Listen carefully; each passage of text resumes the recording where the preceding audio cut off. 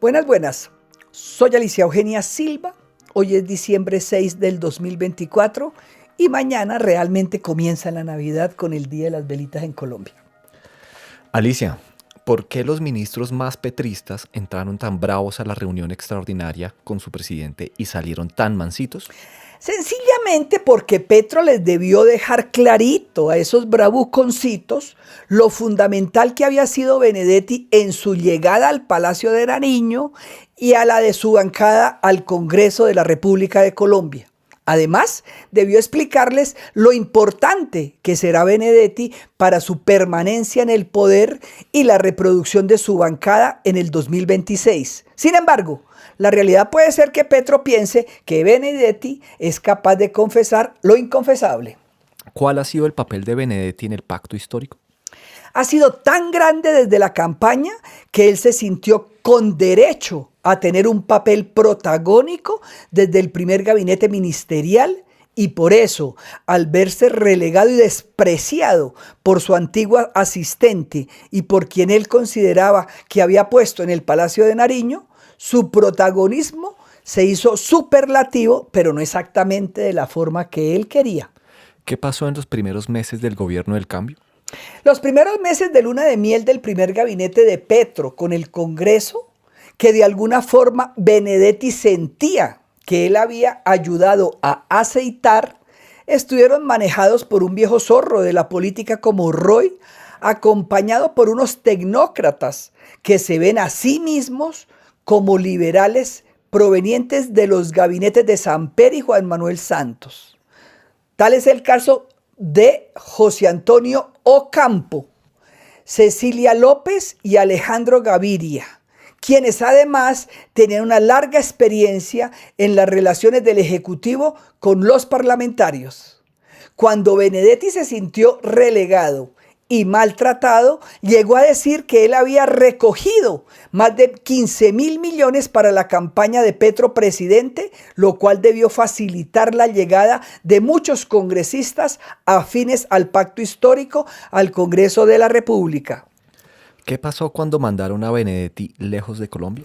Los escandalosos audios de Armando Benedetti insultando a su antigua asistente Laura Sarabia propiciaron su exilio temporal en Europa y fue cuando Petro creyó que podía sustituir a Benedetti, un eficiente operador político, como le dicen ahora los señores del pacto histórico y los periodistas a los corruptos de la política, por emprendedores de la corrupción como Olmedo López, coordinados por Carlos Ramón González.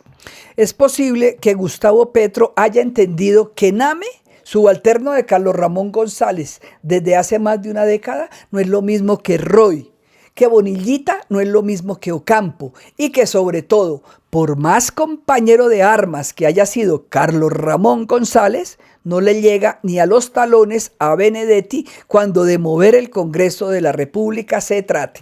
La estrategia de los cónclaves entre Velasco, Bonilla, Gloria Ramírez, el veterinario Jaramillo y Olmedo López en el Palacio de Nariño, coordinados por Carlos Ramón González, con miras a lograr la aprobación de los proyectos gubernamentales, solo dio como resultado un reguero de dinero y de maletas adquiridas en la Plaza España para comprar congresistas al detalle en efectivo y un sinnúmero de contratos asignados a los amigos de algunos parlamentarios que hoy están a puertas de ir a la cárcel por el mayor escándalo de corrupción de que se tenga conocimiento en los últimos años en Colombia.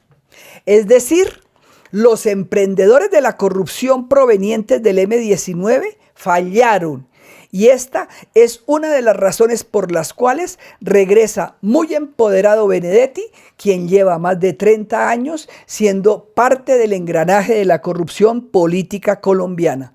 Benedetti, parcialmente rehabilitado de sus múltiples adicciones, excepción hecha de la adicción al poder, llegó a Colombia para quedarse. Y como Laura no es más que un aprendiz de Benedetti, se lo tendrá que aguantar, como les toca a los del pacto histórico, aguantarse a Laurita si quieren seguir gozando de la benevolencia de Petro. ¿Qué pasó con Bonillita?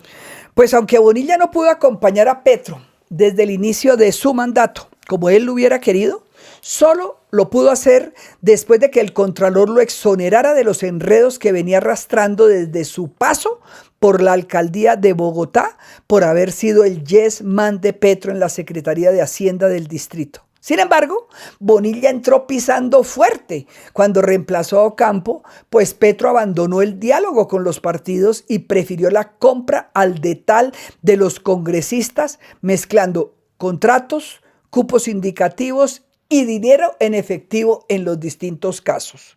Curiosamente, Petro le tomó juramento a Bonilla como ministro de Hacienda y a Velasco como ministro del Interior el mismo día que llevó a su círculo más cercano a Carlos Ramón González y a Olmedo López. Todos y cada uno de ellos fueron coordinadores o ejecutores de los contratos de la Unidad de Gestión de Riesgos y Desastres.